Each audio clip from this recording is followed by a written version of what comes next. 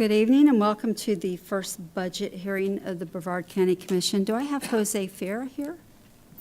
Come on up, sir. We thought you might be the pastor. Good evening. Let's pray. Heavenly Father, we come to you today asking for your guidance, wisdom, discernment, and support as we begin this meeting.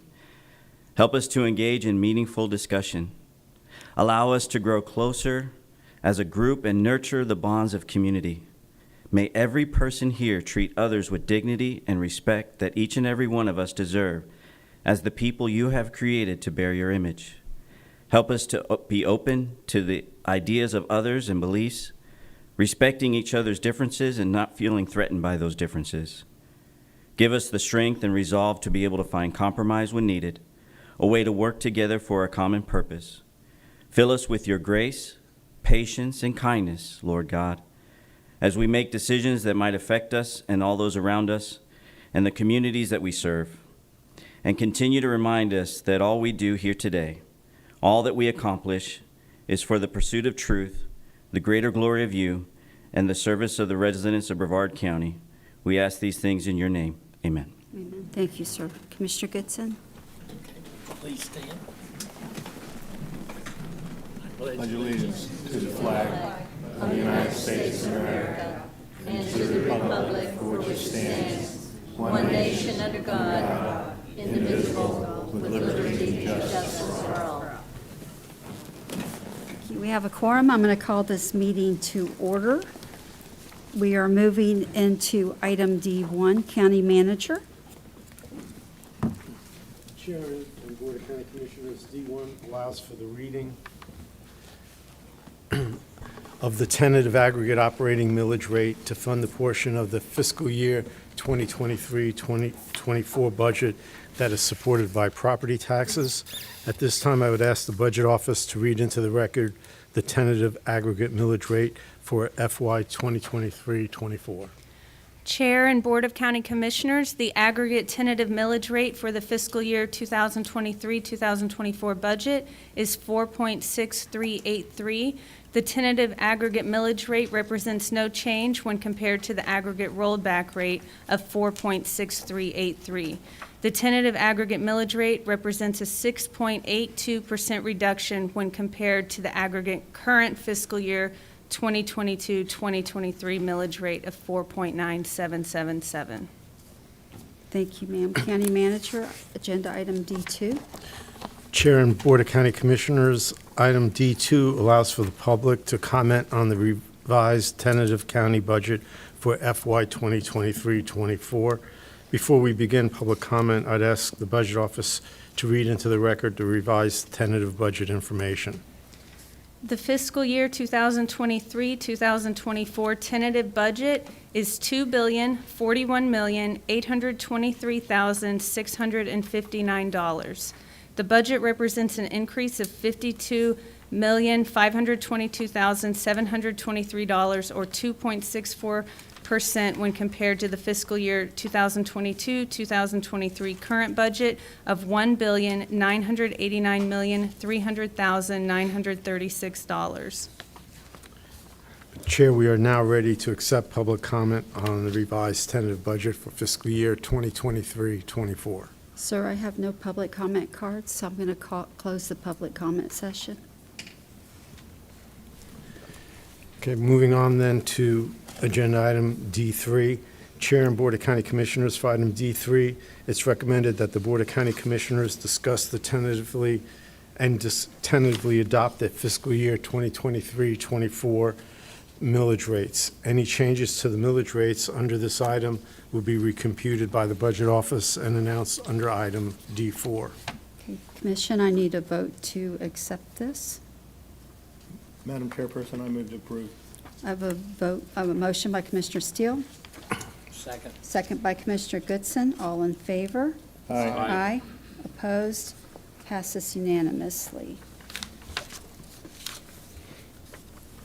We're ready for item D4. Chair and sir. Board of County Commissioners, based on the approved changes and millage rates that were approved on agenda item D3, I will now ask the Budget Office to read into the record the revised aggregate millage rates. Chair and Board of County Commissioners, the aggregate rollback rate for fiscal year 2023-2024 budget is 4.6383. The aggregate tentative millage rate for the fiscal year 2023-2024 budget is 4.6383, and the tentative aggregate millage rate is equal to the aggregate rollback rate. Chair and Board of County Commissioners, we are now ready for the rate approval and adoption of the specific program budgets. These actions are necessary in order to certify non-ad valorem assessment to the tax collector in accordance with the Uniform Method of Collection, Florida Statute 197.3632. Move to approve, Madam Chairperson. Thank you, sir. I don't think I had to have a vote on that yet, correct? It's on item D5, sir? Right, at Okay. this time, we're going to have the adoption of the resolution authorizing the assessment rolls for the Okay. following, and you'll handle those. Okay. So. Each one will require a board vote. Right. Item D5 is for the stormwater utility assessments and request adoption of the stormwater utility resolution ratifying, confirming, and certifying the annual stormwater utility special assessment rolls. Okay, ma'am, you want to vote to approve this, correct? Commissioner Correct. Steele, would you like to make a motion? Yes, I would. Okay, a motion by Commissioner Steele. Do I have a second? Second. Second by Commissioner Tobias. All in favor, say aye. Aye. Opposed, passes unanimous. Okay, item D6 is request the ratification, confirmation, and certification of the annual fire services non-ad valorem special assessment tax rolls. Commissioners? Motion? Move to approve, Madam Chairperson. Motion by Commissioner Steele. Second. Second by Commissioner Goodson. All in favor, say aye. Aye. Opposed, passes 5-0. Ma'am. And item D7, request the adoption of schedule of rates and charges for hazardous materials, special operations team, standby request, fire prevention, and inspection rates. Commissioners, may I have a vote to approve? Motion approved. Motion by Commissioner Tobias. Second by Commissioner Feltner. All in favor, say aye. Aye. Opposed, passes unanimous. Chair and Board of County Commissioners, in accordance with the Brevard County Code of Ordinances, I request adoption of the fiscal year 2023-2024 budgets for the following agencies: Solid Waste Management, Stormwater Utility Department, Fire Services Non-Ad Valorem Assessment, and the Melbourne-Tillman Water Control District. Commissioners, may I have a motion to approve? I'll make a motion. Motion by Commissioner Goodson. Second. Second by Commissioner Steele. All in favor, say aye. Aye. Opposed, passes unanimous. Chair and Board of County Commissioners, it is requested that the governing body of the Barefoot Bay Water and Sewer District approve a resolution adopting a budget for fiscal year 2023-24. Commissioners, may I have a motion to approve? So moved, Madam Chairperson. Motion by Commissioner Steele. Second. Second by Commissioner Tobias. All in favor, say aye. Aye. Opposed, passes unanimous. For agenda item D10, Chair and Board of County Commissioners, based on the action taken during this public hearing, I now ask the Budget Office read into the record the revised tentative budget for fiscal year 2023-24. Chair and Board of County Commissioners, the revised tentative budget for fiscal year 2023-2024 is $2,041,823,659, and this represents an increase of $52,522,723 from the current budget of $1,989,300,936. Chair and Board of County Commissioners, I request tentative approval of a resolution adopting the fiscal year 2023-24 Brevard County budget. Thank you. Can I have a motion to approve? So moved, Madam Chairperson. Motion by Commissioner Steele. I'll second. Second by Commissioner Feltner. All in favor, say aye. Aye. Opposed, passes 5-0.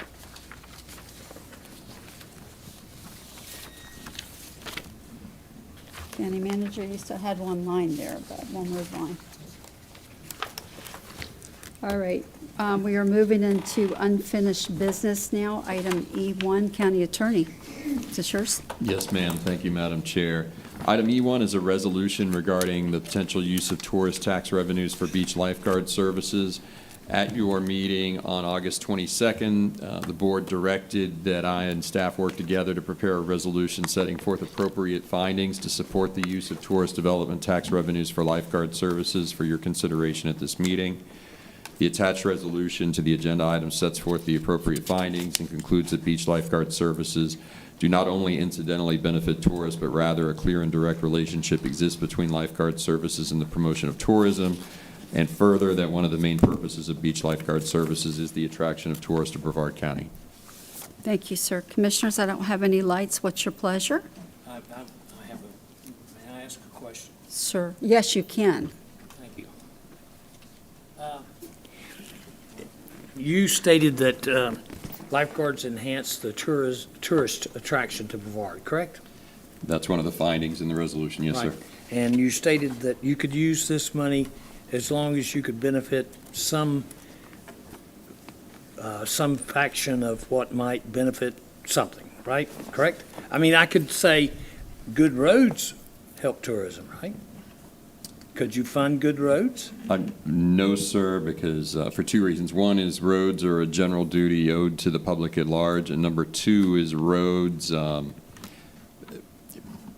be difficult to see how you specifically promote that to tourists for the attraction of tourists. Although the board, if you went down that road, no pun intended, and made appropriate findings, perhaps you could get there, but it's hard for me to imagine, sir, Okay. respectfully. May I ask this question to the chairperson? If we move this money to the lifeguards, why have we not discussed, or when are you going to discuss how much the cities might kick in or going to pay? I'm not sure that that's a question I was ready to answer, or I think that should be a board discussion later if we do that. Well, then why would you transfer the money now, not knowing if the city would even kick in? I'm not sure I am. I think it was a board vote at one period of time in one of the last meetings, and this is the resolution just to affirm the vote we already took. This does not, this in and of itself does not transfer any money. It's just findings to support any monies that you do spend on lifeguards from TDT, sir. Okay, there's, I think if I am not mistaken, there's 8 parks that charge fees to park, and then, but these are parks that we furnish lifeguards. So I hope we look at that before this goes completely down the road or whatever, because I think we've got the cart before the horse, but that's my opinion. Thank you, Madam Chair. Sir. Thank you. Commissioner, I think what we were trying to do is just determine whether or not we were allowed to use tourist tax dollars for lifeguards. And that was what this resolution's about. All of the details you're talking about are very important, and I think at some point in time, we're going to need to answer them. And, but tonight's just a resolution saying that the lifeguard funds can be, tourist tax dollars can be used for lifeguards. Okay. Is that accurate? Thank you. Commissioner, Morris? Yes, sir. Okay, thank you. Thank you. Thank you, Okay. Madam Chair. You're welcome, sir. I do have one public comment card from Ms. Sullivan. We typically would not do this because we've already done public comment before the discussion, but ma'am, you could come forward.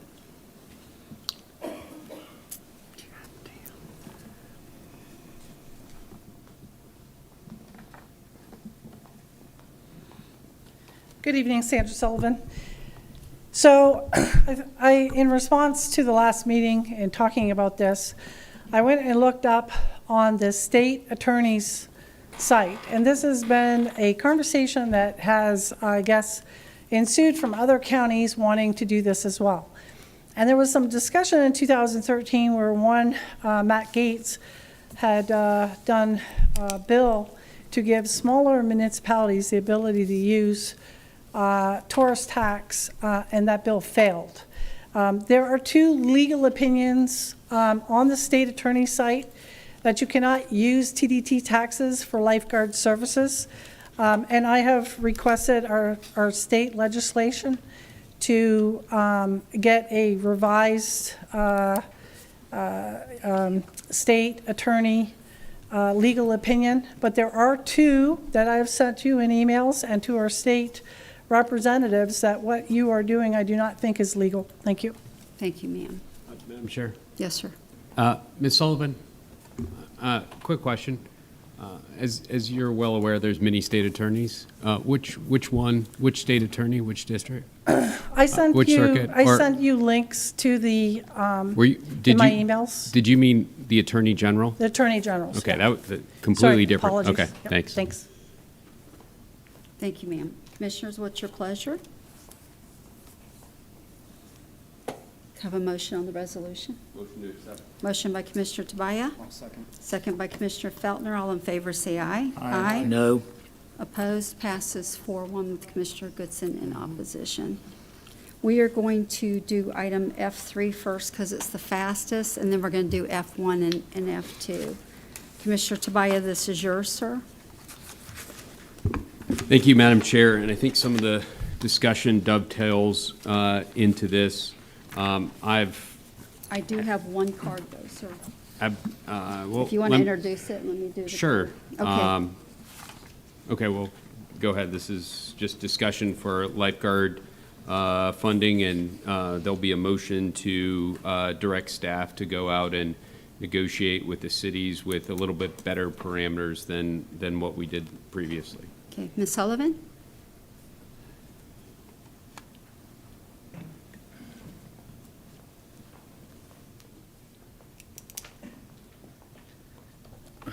So on the last meeting, on the agenda item on this subject, you had two spreadsheets. And in those spreadsheets was how things were funded before and how they were being proposed.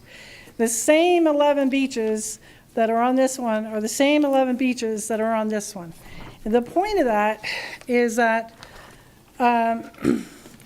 that there was a statement made that the intention with this was to move this ahead, was to fund unincorporated beaches, which is, quite frankly, from what I see, a misrepresentation. Further in the budget that you've just approved, all of the lifeguards are being funded from the general fund on the budget you just approved. And it's interesting that the funding was $1.9 million for lifeguards 2 years ago, and now we're up to $3.3 million to round numbers. That's a 65% increase. It's interesting that $3 million of that dollar value is for the cities who are charging for parking. So, and that is when we, as a county, when I hear you all talking over the years, talking about giving our parks away to cities who then charge for parking, and the idea was to give the beaches to the cities so that the county doesn't have liability. And then when you continue the liability, well, they're charging our taxpayers who funded buying those beaches. It really makes me sick. And the equitable thing here is for the cities to pay an equitable share.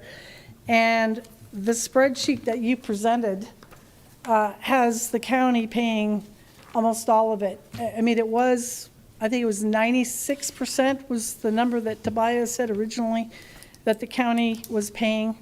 And it was a very good presentation he made. But I made a suggestion to you all, why don't you consider a 50-50 split and take over to where the county has a premium pass for those parks as part of the interlocal agreement to assure that there's no differential in fees. Sell that pass for $100 a year for these premium parks that have lifeguards, and have a tourist product to where there's benefit for county residents and visitors that can buy that pass and be able to access all the beaches. And that gives you funding to fund those lifeguards, at least as an economic source. But I'm sorry, you guys are not being fiscal conservatives when you increase fees, Thank you, ma'am. dollar cost of the county by Thank you, ma'am. 65%. Thank you, ma'am. All right, that's all the comment cards I have. I'm going to close public comment for F3. Commissioner Tobias, sir. Thank you, Madam Chair. In May, the board unanimously directed staff to meet with municipalities to discuss the transfer of responsibilities of costs from the county to the municipalities for lifeguard services at their own parks. And I'm going to go forward here. You have some handouts, an A, B, and C. So let me discuss what they are. A is disregard. This was the nuclear option where we told the cities that they needed to pony up the money immediately, and I was informed many of these cities do not meet in time to negotiate with their city council and amend their budget to fund that. So the cities won, in all honesty. We sent Mr. Richardson and Mr. Abate out to negotiate, and they basically did not answer. And this is very important because I certainly don't want that to happen again. But anyway, a concern of the board was subsidizing lifeguard services with cities that were charging for parking. I want to go over that real quickly. Cocoa Beach charges $2 million according to their budget, $917,157 in fiscal year 21 between total meter revenue and paid lots surrounding beach parks. Indy Atlantic, $411,588.63. That's fiscal year 2022. Melbourne Beach, $55,387.17, again, fiscal year 2022.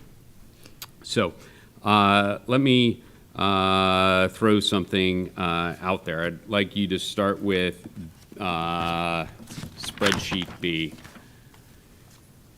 What this one does is provides the cities one more opportunity to get their budget straight and transition through this year until we get to budget year 24-25.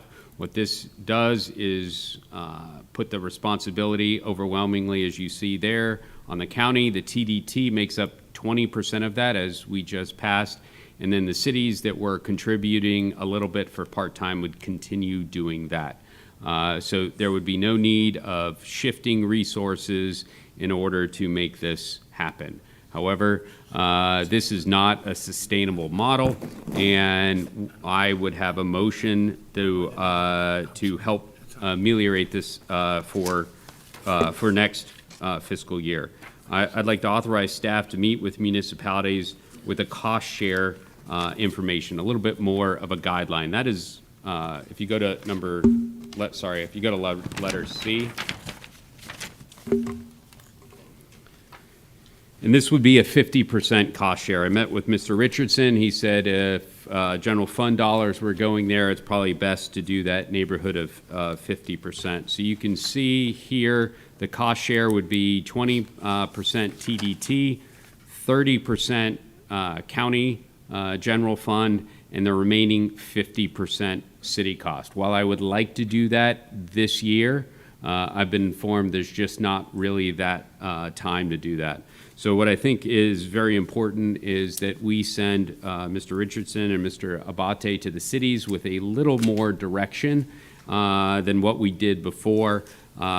This is a way where we're able to transfer some of the responsibility over to the cities that are charging for parking.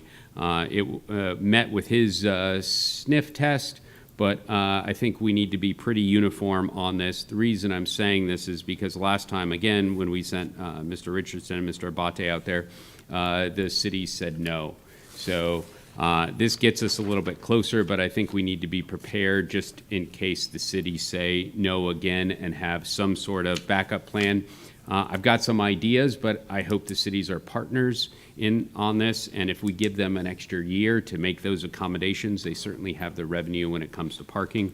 So that is a suggestion. The motion to move to direct staff to meet with municipalities in which we currently provide lifeguard services to discuss cost-sharing options beginning 24-25.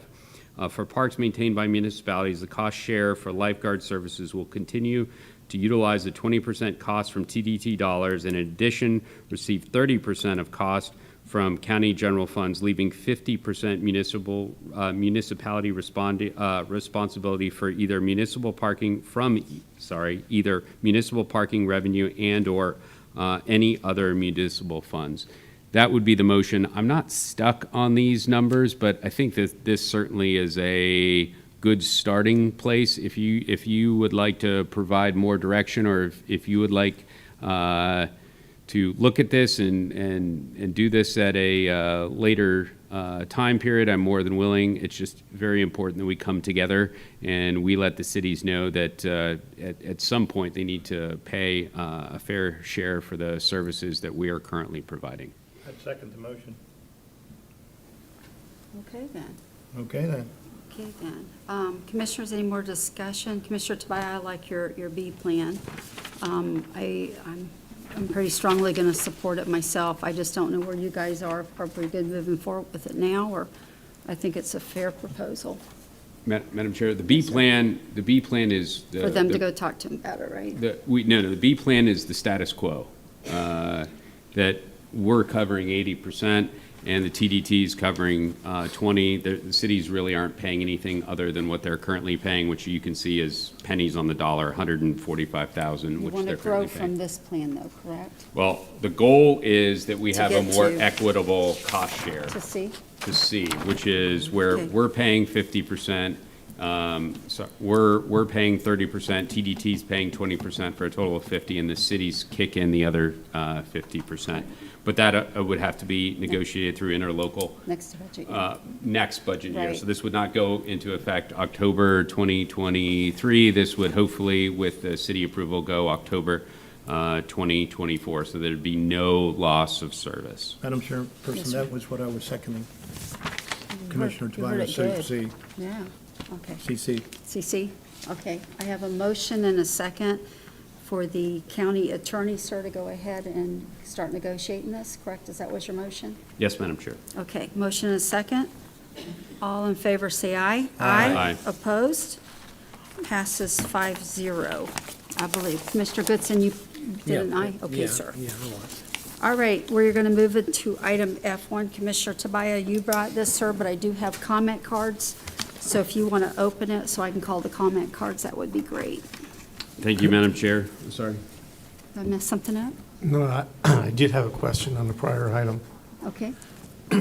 When we go back to negotiate based on what you did, what I'd like to know is whether the board is firm on if the city refuses to negotiate, what do we do at that point? Because that's obviously a critical component of what we discuss with the cities. The board's motion is very clear. What I want to know is, does that motion include that if the cities refuse, then effective October 1st of 2024, the cities will be responsible for whatever lifeguard services they choose to provide, and we would not be providing it? Madam Chair? Sir. The intent was for the negotiations to happen in the next 3 to 6 months, so we could come back, or the negotiating team could come back to the board and we could make that decision at that point. I've got a number of suggestions. One would be to use the TDT dollars that would have otherwise gone to certain cities to go to the cities that participate, so there's a larger cost share. There may be some legal questions on that, but the point was we don't leave it to the last minute. They called their bluff this time, and more power to them. I don't want it to happen a second time. So if the county manager and the county attorney brought that information back to us within the next 6 months, it would give us 6 months to make that determination. But it will be a tough call. If the cities say no, we have to be prepared to say it's your responsibility to cover the lifeguards, because they see it as an entitlement very clearly in the way they negotiated the first time. I hope it doesn't come to that, but that's why I said it was very important that we stick together on this one, because if we're fractured at all, they'll most likely pick us off. Madam Chair, comment, please. If I was totally wrong, or my staff was wrong, there was 10 drownings from October 22nd through the 23rd, a year later. And 5 of those occurred after 5 o'clock in Atlantic Beach. So if they don't come back, there's no lifeguards there after 5 o'clock anyway.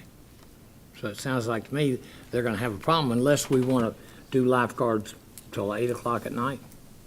So just be aware of that.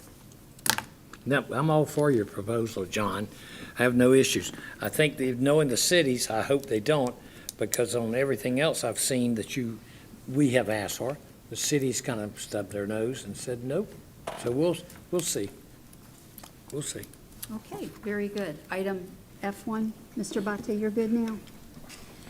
I think I've got my answer, yes. Thank you. So, Mr. Tabaya, if you want to open up F1, and I'll call the cards, and then we'll have discussion after we hear from the public. Thank you, Madam Chair. F1 is dealing with a reduction in grant funding to the Economic Development Commission, Madam Chair. Thank you, sir. And so I'm going to call the comment cards. I have Ms. Sandra Sullivan.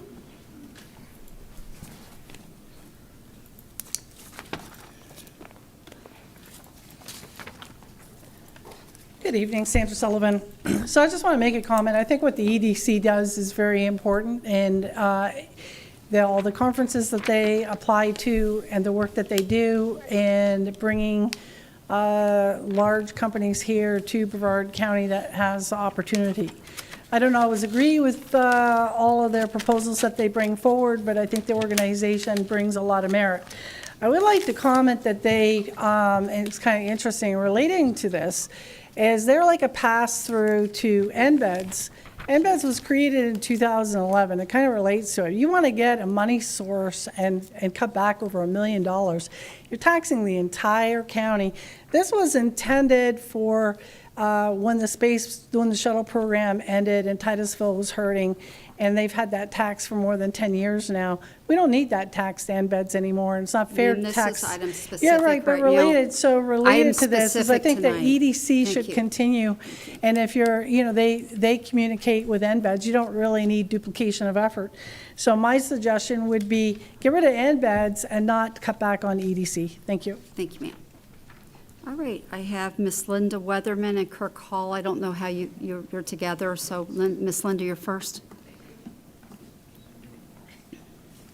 Thank you. Good evening. Thank you for your time today. The EDC has always valued the partnership and leadership this county has taken to ensure a strong, viable, and sustainable economic climate. It was not that long ago, as a community, we were facing severe economic challenges tied to the economic recession and retirement of the shuttle. Today, this community's exceptionalism is demonstrated in its growth and diversity of industry, expansion of military assets, and competitive workforce. Today, I would like to highlight just a few of the activities of the EDC as it relates to the successful partnership between the EDC and Brevard County. Since October 2010, we've been successful in attracting projects that amounted in over 8,000 new jobs with a capital investment approximately $1 billion. While capital attraction is the most recognized of the EDC work, the EDC has embarked on additional efforts, some of which have a direct impact on Brevard County operations. For example, in order to make our spaceport infrastructure more competitive, the EDC has been successful in attracting over $3 million in defense and space-related grants.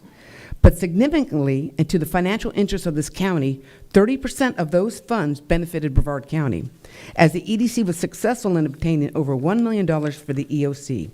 This funding provided direct support for the county for civil site preparation. These were costs that the county did not have to absorb. To address the Indian River Lagoon environmental challenge and the infrastructure challenge to NASA, Patrick Air Force Base, Space Force Base, and direct interest to the county, Sykes Creek and Port St. John wastewater treatment facility, the EDC funded a $200,000 Phase 1 study on the conceptual alternatives and evaluations for wastewater treatment options. The next phase will continue this effort and work focusing on planning, design, and engineering, targeting an innovative, sustainable regional wastewater treatment facility. The EDC on September 26 submitted a letter of intent to NOAA for $1.5 million from the Climate Resilient Regional Challenge Program. In addition, we are in the final stages of working very closely with the Department of Defense to secure $800,000 to $1.2 million for this endeavor. In regards to workforce, the EDC since 2017 has provided via state appropriations over $800,000 in scholarships, tuition, and teacher support in the creation of certifications targeted for those demand industries, including manufacturing, aviation, avionics, and space. I want to thank you for this partnership, and I look forward to a continued and successful collaboration. Thank you. Mr. Kirk Hall.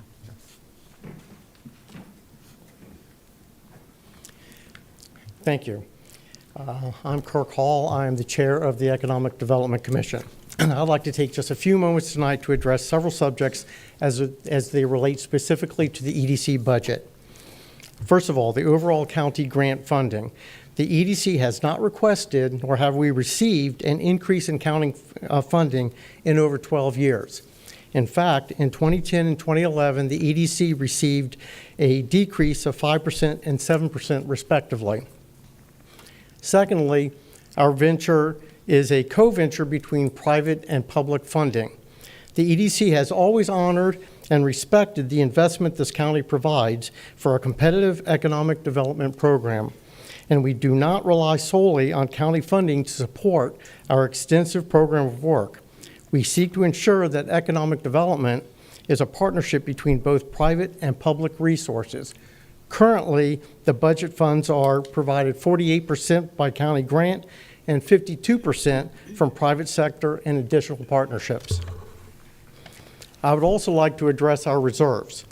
The EDC has a reserve policy defined by our board of directors, and as with any operating business, we incur increased costs on a yearly basis, and our ability to retain reserves allows us to continue operating a full program of work in an effective manner, given these fiscal challenges.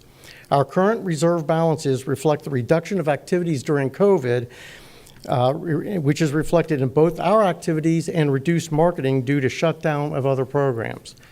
These reserve balances will be used over a 3 to 4 year period for significant expenditures and execution of a new program of work outside our normal scope, focused on talent attraction for local manufacturing and service industry businesses, after which the reserve will have returned to the level mandated by the board of directors. The new program is currently underway and will be unveiled at our annual meeting in January. Personnel. To ensure we remain competitive and attract top talent for our community, the EDC conducts salary surveys to align compensation and benefits with industry standards and local competition.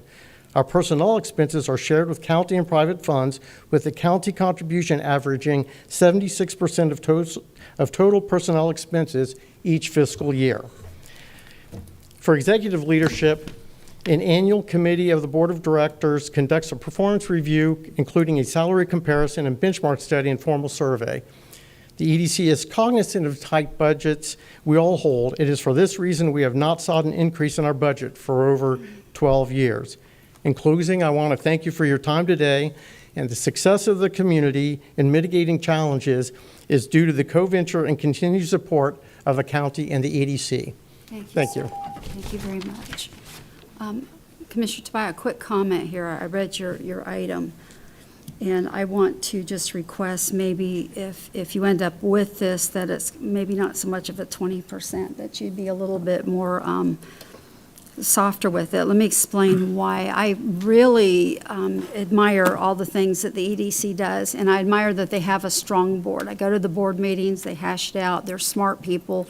It's not like one person just making decisions. It's really, run through the mill when they're trying to discuss these projects.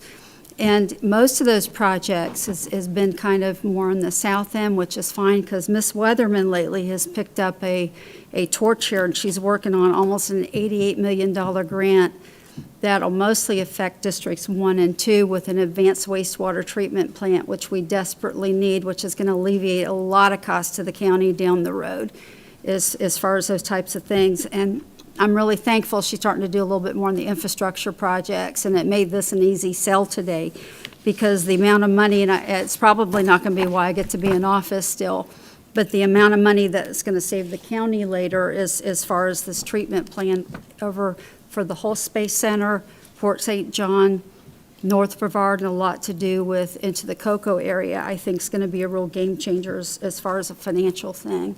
So considering this amount of funds and the return on that investment alone is substantial. Commissioner Steele? Thank you very much. I've had the pleasure of working with EDC since 2012. I was on the Enterprise Florida Board, the Space Florida Board, and I can tell you that EDC works stealth. They do things behind the scenes that nobody in this room knows about, continually working tireless amounts of hours. not only with the amounts of economic incentives that they've gotten for all of these wonderful companies that have come here, which total well over $1.5 billion over the last 12 years. But what they also have done is they've helped other developers with hotels, with schools, with whatever their needs would be. So I would hope and pray that tonight that we do not cut their budget 1 cent, allow them to continue on with the good work that they're doing, and I just am a big fan of EDCs. So thank you, Madam Chairman. Thank you, sir. Commissioners, do I have any more comments? I don't have any more lights on. Madam Chair? Yes, Commissioner go ahead with Tobias. it? Yes, sir. Thank you. The grant agreement between the county and the Economic Development Commission allocates $1,400,500 to the organization each year. Section 3D of the grant agreement states the EDC will work, quote, with elected officials and community partners to develop a competitive business environment in the county. Whereas EDC may meet with other elected officials, they do not meet or even contact my office. IT ran an email search, and we found only 6 instances when the EDC reached out to our office. The most recently was May 7th, 2019. Let me say that again, May 7th, 2019. There's been no phone calls, no texts, certainly no emails. So that is how I came up with 1/5. I am 1/5 of this commission, and that accounts for the $280,100. We talked about jobs, and I didn't want to have to go over all of this stuff because they tooted their horn enough. But here's things that were neglected, or better yet, maybe were in stealth. If you look at over the last 5 years there, the approved jobs that they've brought us, everything from Dark Storm, National Service, Roswell, USA, BK Technologies, MG Foods, Midwest Dental. That is a total of 252 jobs, which, don't get me wrong, sounds like a lot of money. Probably not as much as when we've given them, what is that, like 6 or 7 million during that time. But let me tell you something that is neglected off of all of their publications, from the speakers, and we had to do this recently. All of the jobs that they brought forward that the employer did not meet.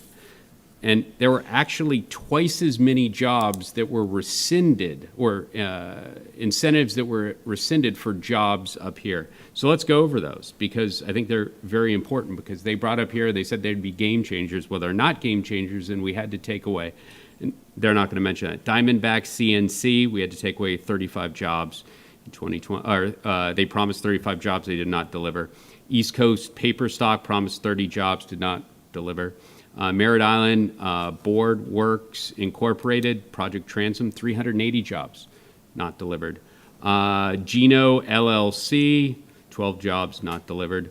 Project Taylor, Geno LLC, 126 jobs, once again not delivered. And MC Assembly, no jobs delivered. So in other words, since 2018, and I would go through 2022, but they didn't bring anything to us. Or I could go to 2023, where this board said we're not interested in incentivizing stuff. But Madam Chair, I'm going to, I didn't have this down on my talking points, but I'm going to leave this to you, because I have a little bit of a curve in here. I wanted to allocate that $280,010 to something else. And the board decided to fund lifeguards a different way. So I asked our county manager, and I asked some employees, where do we need some capital funding? And I found out that we needed some capital funding in fire rescue.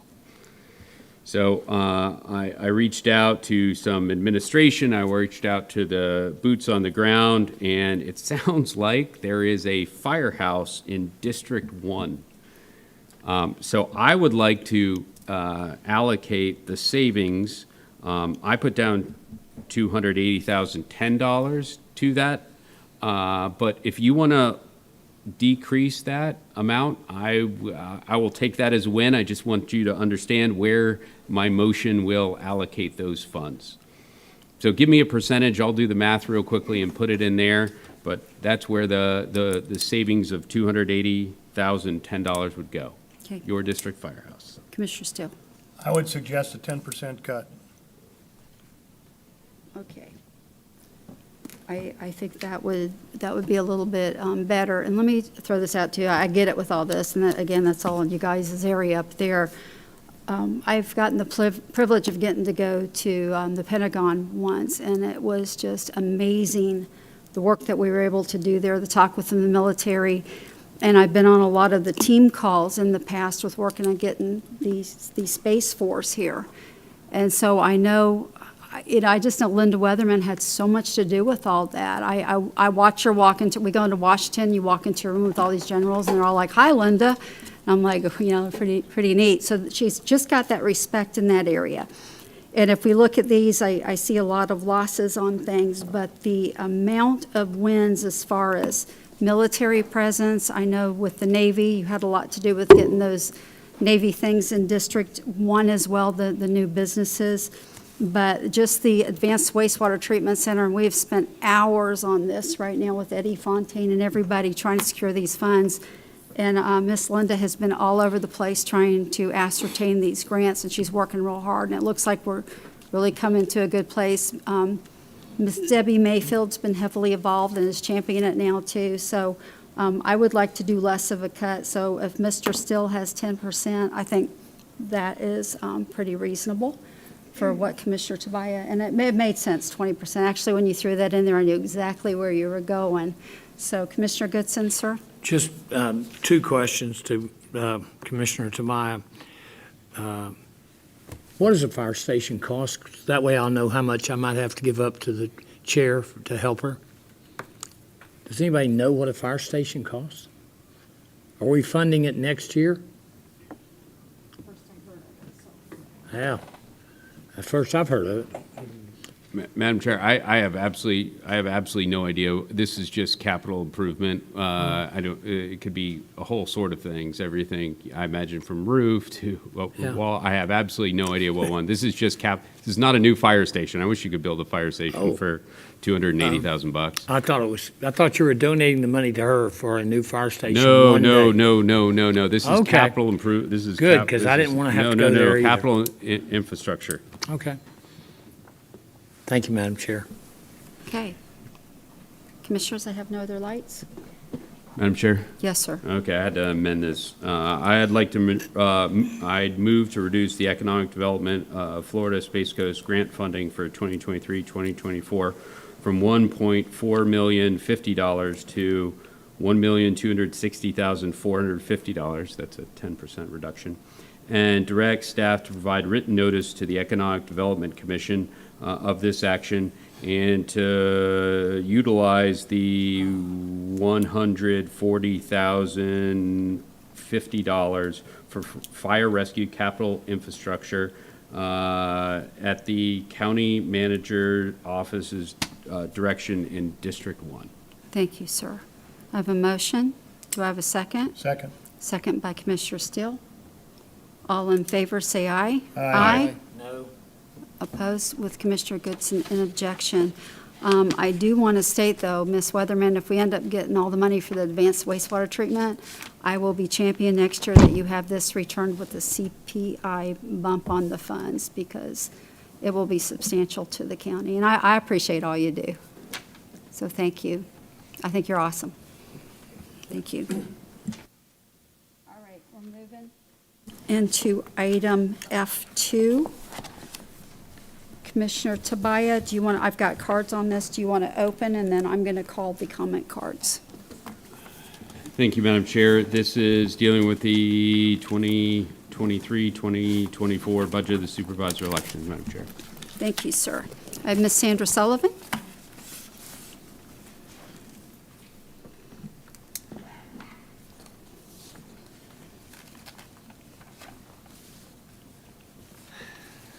Sandra Sullivan, South Patrick Shores. I was pretty shocked to see this on the agenda. I mean, I absolutely sat in my chair and laughed my head off. I've never seen anything like this. I'm going to suggest that that Commissioner Tobias recused himself from this vote as a conflict of interest, given that he is running for the supervisor election position. There's just been some shenanigans, in my opinion, that I am really uncomfortable with lately. When I look at who is contributing to that SOE race, and I look at the candidates, what you don't see is the lobbyists on there. You don't see the lobbyists anywhere. And, you know, for most of you that are sitting up on this dais, you pretty much have to have the lobbyists behind you to get elected. Elections are won by vote by mail. Everybody knows that with the way the elections are done today. And so we go back to this incorporation, this feasibility study. Why would District 3 fund a feasibility study for Merritt Island? Is it to solicit, to encourage? Ma'am, if you'd stay on Yeah, topic. it is Specific. related. So if you don't get Specific. if you don't succeed and you don't get those lobbyists behind you, in my opinion, if I was in that position, I'd be feeling pretty desperate about my election potential. And so every piece of mailing, as he's previously stated here on the dais, every piece of mailing that goes out for vote by mail or whatever's going out, it's got Tibble Bannock on his name on the top. So, you know, he's dealing with that. So this seems to be politically motivated. I'm just going to call it out as such. That's my opinion. And, you know, I find this to give me heartburn, and I called it the clown show. Have a good day. Okay, I have Miss Diana Schramber. Did I say your name right? Miss Diana, SCH. Oh, thank you. It's like Schmidt or Schwartz or any of those. The C is pretty superfluous. All right. Ma'am. Yeah, I'm here to speak about not shifting money from the SOE's office to the lifeguards. The suggestion of Tobias to transfer funds from the SOE office to the lifeguards, he would achieve this reduction to the SOE, an office he is currently running for, by eliminating sample ballots. This would be a travesty. People rely on these sample ballots to do their research before voting. Without the sample ballots, people show up to vote without knowing what is on the ballot, or because of the way those ballots are worded, sometimes with double negatives, making it a positive. It takes a Philadelphia lawyer to figure out what they're really saying. Secure elections should be the most important job of Brevard County. It should supersede everything else. This move weakens our elections, in my opinion. It is also a travesty not to provide postage on the vote-by-mail ballots. Most people would not know the correct postage to put on these oversized envelopes. I wouldn't. The taxpayer should have some conveniences for all the money that they give to the county. Tobias should recuse himself from this discussion as he is running for this office, and the SOE's budget is a conflict of interest. As a side note, we who live on Merritt Island would also like it if he would stop trying to push incorporation on us. It should be noted that Tim Bobanek, the current SOE, has one of the lowest costs per voter budgets in the state. He is doing a great job, and I want to see him keep it. Thank you. Volts. Oh, there you are. Hi, ma'am. Welcome back. Hi, Helen Volz, West Melbourne. I am here to speak in favor of Tim Bobanek's budget. From what I understand, you all have already approved the budget. And John, you did vote for the budget, which includes the Supervisor of Elections budget, and things that were already said previously by the previous lady I just echo those.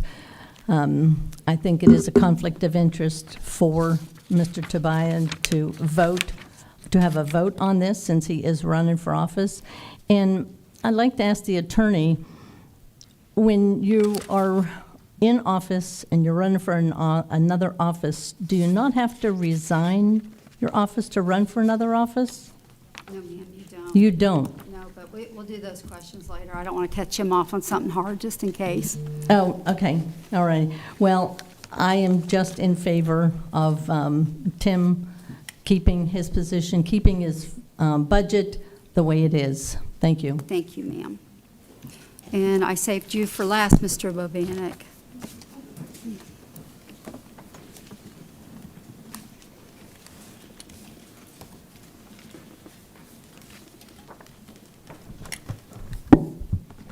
My head's a little hotter than Helen's over here, so. Thank you, Commissioners, for the opportunity to speak on this critical agenda item.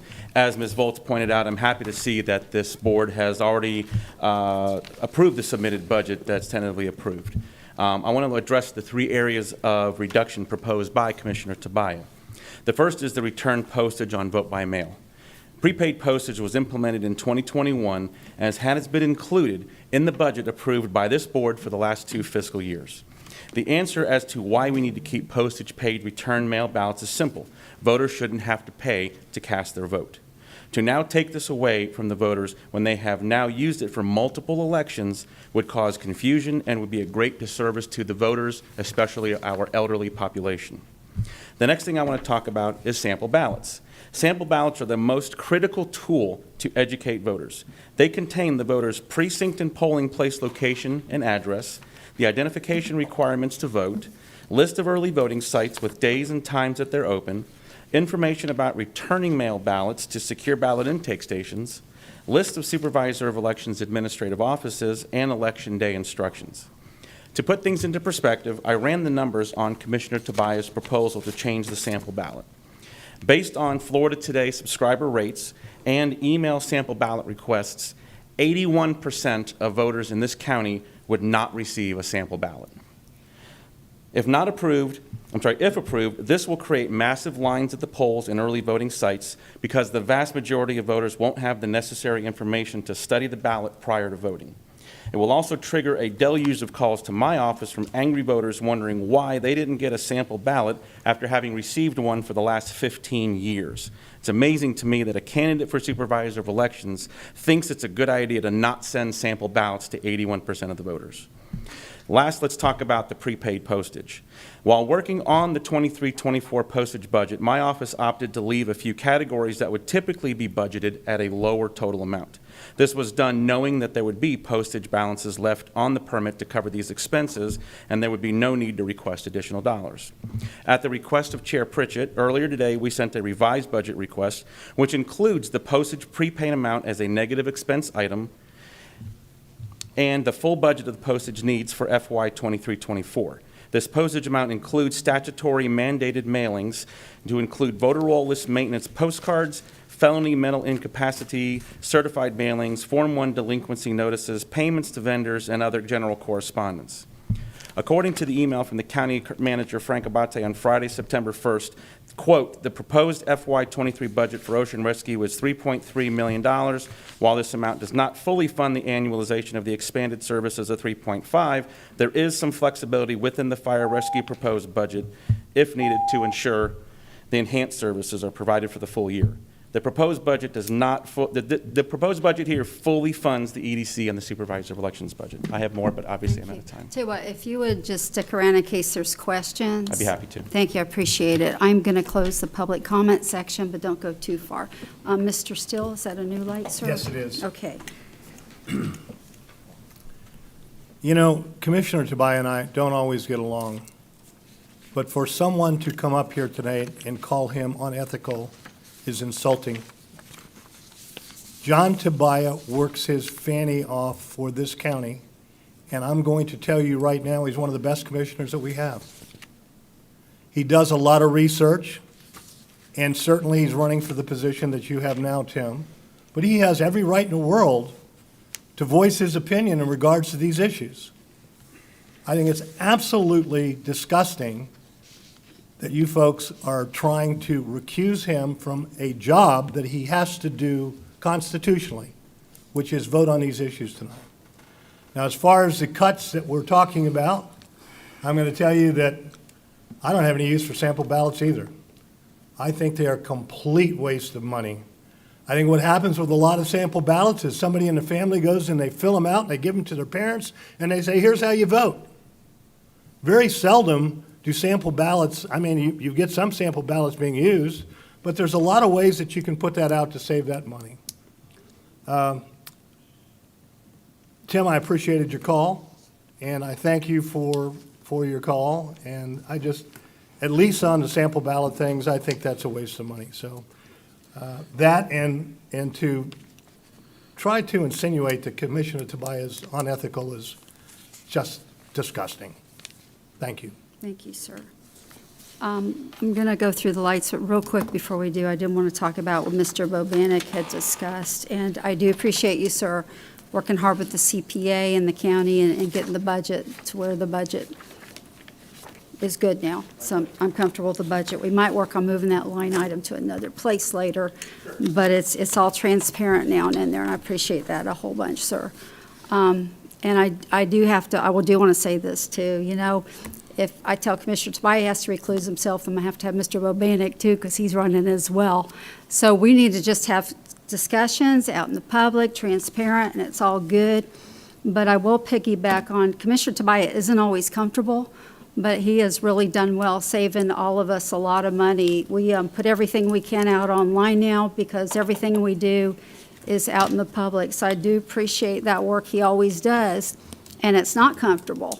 But he has done a good job holding our nose to the fire of what we need to do the best we can with the county. So on that, I don't know where we're going to be on all this right now, but Commissioner Tobias, if you would jump in, because I know it's his budget, so I need to figure out what you're thinking on this. Thank you, Madam Chair. Commissioner Tobias, you're next, and Mr. Feltner.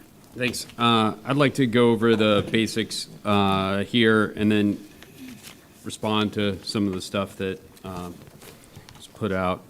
First of all, I'd like to thank Mr. Bobanek for his quick responses to the board inquiries as well as his follow-ups. After reviewing the data he sent and conferring with the county attorney's office, I have confirmed that the supervisor's estimates about $320,538.34 in discretionary mailing expenses for the 2023-2024 budget. To be clear, we'd not be having this conversation if his request wasn't 19.4% higher than the previous year. It's been brought up about the authority to reduce funding, and there is no reduction here, and I'll get there in just a minute. But according to Florida Statute 129.201, Section 4, the board may, quote, amend, modify, increase, or reduce any or all items of expenditure in the proposed budget as submitted.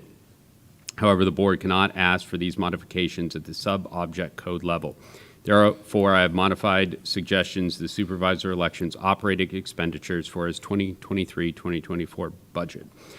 And I'll go over them briefly, but I want to point out what will not change here, not change one iota. This will not decrease access to voting opportunities. It will not reduce 1 day, 1 hour, or 1 minute that the polls are open. It will not cut one employee position, and it will not reduce any poll workers. Let me tell you what, if this passes, the net result will be. The supervisor's budget will be $952,611.66 higher than the previous year. Let me say that number again because it's pretty astounding, $952,611.66. In other words, an increase of 14.55%. I didn't think it would be fair to point out or just arbitrarily say your suggestion was far too high. We're going to give you more money, but not as much. So I outlined some areas that were discretionary. Again, they were confirmed by the county attorney as well as statute. So let me go over some of this stuff before I go over a motion. It was brought up about education and wait times. I looked up this 2020 Massachusetts Institute of Technology election lab study recommends reducing wait times by decreasing arrival rate, increasing number of services at bottlenecks, decreasing the service time at bottlenecks, and increasing service at arrival time variations. Studies from the Joint Center for Political and Economic Studies, a think tank in Washington, D.C., and the Brennan Center for Justice, a liberal nonprofit at New York University Law School, make similar recommendations. None of these studies mention, state, or even imply use of sample ballots to shorten wait times. Often, as the supervisor has mentioned, sample ballots aren't even received until voters have already cast their official ballot. Voter education was brought up. Of the 15 primary duties listed on the website of the Brevard County Supervisor of Elections, education is not mentioned once. Statute is brought up. If the supervisor elections would like state statute change to reflect discretionary mailings to be made mandatory, the supervisor election has the Brevard delegation at his fingertips. According to the official supervisor election Facebook page, there have been visits from elected officials recently. Representative Robert Brackett, June 14th, 2023. Senator Tom Wright, August 1st, 2023. Chairman Randy Fine, August 15th, 2023. Senator Debbie Mayfield, August 23rd, 2023. And Representative Chase Tremont, September 1st, 2023. The political argument. I was initially skeptical of this argument, but have since changed my mind. At the June 28th, 2023 special meeting, the supervisor said, quote, "If you are talking about sample ballots, it will have my name on it once." I passed a copy of a sample ballot dutifully furnished by the supervisor of election. If you notice, and I've highlighted, his name is on there 3 times. I don't know if that was an error in his statement up here, but let me tell you what that will result in. That will result in discretionary spending of the supervisor election, his name out 2.5 million times at taxpayer expense. Control, and I've mentioned this before, the budget increase makes no cuts. The supervisor election office has the ability to send as many sample ballots with his name plastered all over them. As the supervisor of election is aware, I do not control what he does with his budget, so he does have the right to use taxpayer dollars for the purpose. However, he may have to make suggestions elsewhere.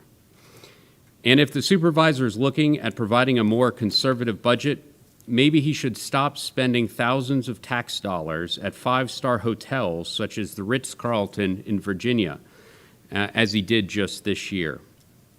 Again, this is an increase of 14.55%. Let me say that number again, $952,611.66 more than the previous year. As a conservative, it's hard to believe there is so much disdain over such a large increase. But as the supervisor, I'm sure is well aware, if he disagrees, he can file in circuit court according to Pinellas County versus Nelson, 1978. Though not an attorney, I don't know how much sympathy he will get from a judge when he is sleeping on 1,000+ count thread sheets at the Ritz-Carlton at taxpayer expense. I move to direct staff to fund the operation expenditure of the supervisor elections fiscal year 2023-2024 proposed budget in the amount of $4,573,910.66, resulting in a total allocation of fiscal year 2023-2024 budget allocation of $7,502,059.66. And to direct staff to provide written notice to the supervisor election of this action and to reallocate the savings to fire rescue capital infrastructure to be utilized at the county manager's discretion. That is the motion, Madam Chair. Thank you, sir. Commissioner Feltner? Maybe we can split this. Can I ask you just a few questions, Mr. Bobanek? Thank you very much. So could we agree that there are in-person voters and there are mail voters? Yes, although that dynamic has changed when the legislature wiped out all mail ballot requests. I 100% agree with you there. But with regards, I think you said something to us before where when mail ballots go out very quickly after sample ballots go out. And to many people receiving a mail ballot, they also receive a sample ballot. Is that right? That's correct. So maybe one of the ways we could split this is, would you agree that one group gets one ballot and the other group gets the other sample ballot? I'd have to look at the statutory legality of that, because it says you either mail it to all voters or you publish it in a newspaper of general circulation and send it to the email ballot requests. Okay, So all right. I wouldn't want to comment on that until I get some legal opinion on that. Fair enough. How about on the presidential preference primary? Is it necessary that they receive sample ballots when there might only be one box on there with a handful? The law says I have to send sample ballots for every election. You can't? Not even for the presidential preference primary. Okay, all right. Mr. Bobanek, are you allowed to do like we do with the mail-in ballots, have people send in an email and request sample ballots? Yes, and currently I have 68,000 voters who have requested an email sample ballot. Okay. But out of the 416,000 registered voters, Florida today has a subscriber rate on a Sunday of 12,474. Right. So that leaves a little over 335,000 who would not get a sample ballot. And So, but those who wanted them, I'm thinking about all avenues, they would be able then, because I know They would you- have to that do you- that, yes. They could do that, so there's still an ability to get sample ballots. it is, I would say, it'd be a challenge for a lot of voters who are not technically proficient, who don't have computers, a way to print that sample ballot. Okay. You know, it's interesting, I know Commissioner Tobias on the sample ballots, I still struggle with paying the return postage on them, because I think what would be just better to do is put right on the envelope what you need to put on there to mail back. So that's kind of like a struggle for me, because every other office that I go to, I have to pay the postage, get anything sent back to me. So that would be one that I would like to be seen.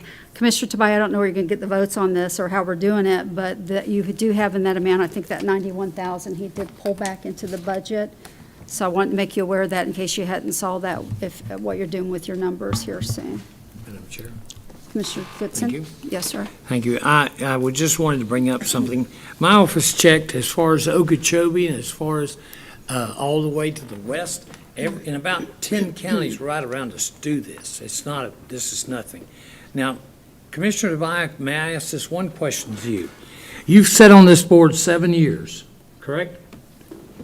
Yes, sir. There's been other elections, correct? There's been other elections? Yeah, prior elections. Lori Scott ran, correct? Other supervisor elections, yes, sir. But there was other elections, and she put her name right on it. So why are you so adamant today? Since you're running, it makes it look kind of strange, but undoubtedly Lori Scott didn't spend that much money? Well, here's the deal, Madam Chair. Sir.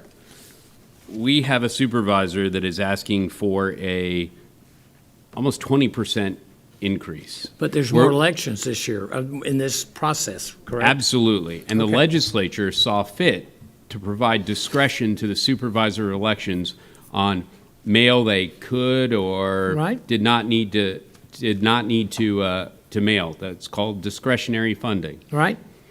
Okay.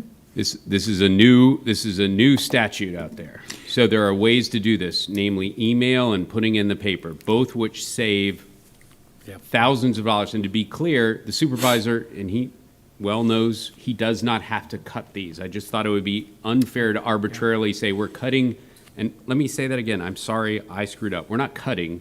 My motion sees a almost $1 million increase to the supervisor election.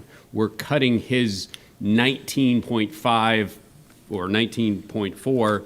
My motion cuts his 19.4 all the way down to 14.55% without limiting opportunities for voting, cutting employees. So that is the genesis of it. Well, why didn't you go after Lori Scott then and cut her? Again, this is a new statute that allows Yeah. for Okay. May I certain. comment on? Well, that's right. If you know anything about the state of Florida, and you spent time 8 years up there too, anytime they help you and it comes south, it ain't a pretty picture. It is not pretty. So, thank you so much, Madam Chair. Thank you, sir. I just wanted to, if it's okay with you, Chair, I wanted to respond to two comments that Commissioner Goodson made. One, I did a poll myself of the 16 largest counties in Florida who comprise 72% of all registered voters in Brevard County. We would be the only county of those 16 who would not be sending a sample ballot, mailing it to voters. Every county of the 16 largest counties mail sample ballots. Second question is to respond to Commissioner Tobias. The legislature made the change to the statute to stop forcing supervisors to waste money publishing in newspapers with massively declining subscriber rates. That was the intent of the legislation. As we've seen it continue on now with legal notices and ads that we now have the ability to post on our websites versus publishing in the newspaper, which my office has done. I don't think you're adding anything new. I think you're just doing what was Doing kind of exactly what we've always handed done. with you, correct. I'm actually glad that the change was made, that there's not a continual absentee ballot sent to, because I think that is something that people should request, because therefore it's absentee ballot. Otherwise, we should just call them mail ballots. But, so I'm glad that happened. Commissioners, I'm out of lights. Do I have any more questions or comments? I'm going to second Commissioner Tobias' motion. Okay. I have a motion and a second. All in favor, say aye. Aye. Opposed? No. Opposed. Passes 3-2 with Commissioners Goodson and Feltner an objection. Okay.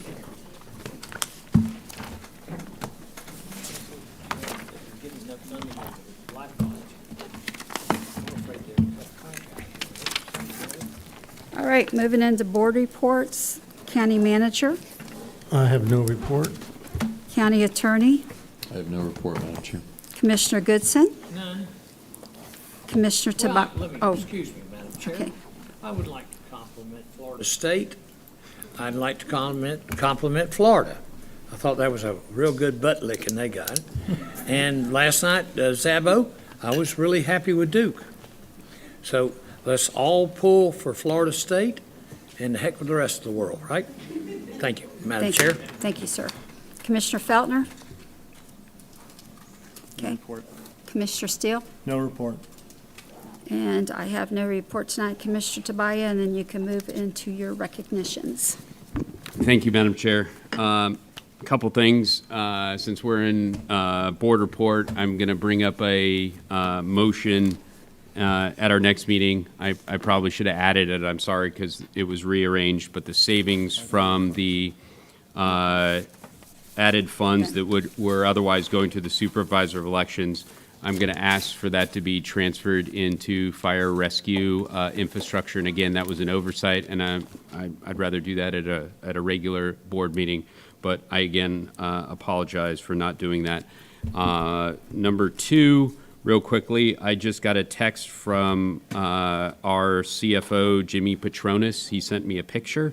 John Scott, our emergency operations director, is currently in Lafayette County. So it is wonderful that Brevard County has, I think it's John Scott. Yes, it is. Yeah. I think it's wonderful that Brevard County is sending our best and brightest out there to help with the counties that are struggling in these tough times. Okay, Vice Chair, today is National Be Late for Something Day, according to National Today, and there is the AI generated by Crown.com. I don't know what that is, but it's interesting. Useless fact of the day, Lake Okeechobee is the third largest freshwater lake located completely within the United States. This day in Florida history. On this day in 1977, NASA launched the Voyager 1 mission to fly by Jupiter, Saturn, Uranus, Neptune, become the first human-made object to leave the solar system in 2012 and continue to collect data to this very day. Voyager 1 carried a copy of the Golden Record, a message from humanity to the cosmos that includes greetings in 55 languages, pictures of people and places on Earth, and music ranging from Beethoven to Chuck Berry's Johnny B. Good. And most importantly, county employee Jim Foster, Plans Examiner 3 and Planning and Development. He has been with Brevard County for 17 years. A little bit about Jim. Jim's a dedicated professional employee who improves the planning and development department in every way. Jim is eager to help anyone who walks into the office and has a reputation for customer service that is second to none. He enthusiastically built on his knowledge base with credentials in the manner that provides tremendous benefit to the county and its mission of enhancing and ensuring the quality of life of its citizens. While employed with the county, Jim has obtained numerous professional licenses through the Florida Department of Business and Professional Regulations, including building, electrical, plumbing plans, examiner for residential and commercial development, as well as cert to the building and electrical, residential, and commercial inspector. A couple of fun facts about him. Jim moved to Satellite Beach from Detroit. It's a good move there. Attending the first class of the new Satellite High School. He ran his own irrigation business for 15 years. To say Jim is a dog person is a massive understatement. Jim is the proud owner of 3 miniature Dachshunds, which snuggle in his bed with him every single night. Jim, thank you for all your hard work and your dedication. I know that's a very difficult department to be in, and we appreciate your work. Anything else? Okay, I'd like to... Can I jump back in one more time? Madam Chair, I'm handing it back over to you. I thought I should maybe mention this at the conversations we've been having, trying to do budgets. But Commissioners, pretty soon, I'm going to bring something to us that I think we need to change the scope if we give the external auditors. I think in not just auditing the financial statements, we need help with them auditing the budgets. Because I think the some of the things I've been dealing with lately, I think that input would have helped tremendously instead of having all of the heavy-duty work in the last couple of weeks. So I'm going to bring that to us. And then I also want to make sure that we know that all of our travel and all the stuff that we spend individually goes to bill folder with us. Everything's out there with the things we spend as elected officials.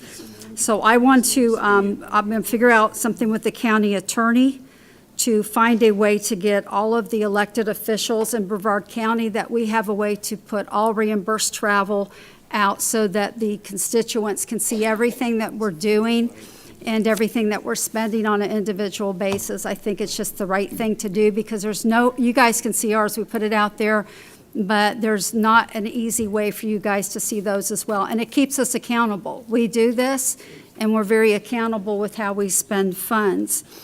And then I had talked to the external auditors recently, and something else that happens, not that anybody's doing anything they shouldn't be doing, but when we get an audit done, they report back to the board and in front of the people. So I think what we need to do when the auditors are doing audits with individual entities in the county, that audit report is brought back to the county commission. I know they get the reports, but I think it needs to be brought out so that the public can hear it. When I get those, first thing I do is go to internal controls and auditor notes. So I think those are things I'm going to bring before us soon, Commissioners, that I think it's going to help greatly, that we won't ever be trying to figure out numbers again. Nobody will get offended when you ask questions because they're just going to be all out there. So if you guys, I just want to leave that with you to think about it, but I'm going to start working on that soon with the county attorney and county manager. Okay. Thank you, Madam Chair. And I've been informed there's another emergency management employee by the name of Ian up at Lafayette County, as well as Fire Rescue has a response team in Lafayette, 2 full crews. In fact, I will yell at Jimmy that it's more than just John Scott, but again, it's great that our employees are helping out folks in other counties. And not seeing any other lights, I call this meeting adjourned at 6:53 p.m. The opinions expressed by any member of the public during any period of public comment do not necessarily reflect the views or opinions of the Board of County Commissioners of Brevard County, Florida, Space Coast Government Television, or the program sponsor, and are solely those of the presenter. The Board of County Commissioners of Brevard County, Florida, Space Coast Government Television, and the program sponsor hereby expressly disclaim any and all responsibility or liability for any defamatory or slanderous statements expressed by any member of the public during any such period.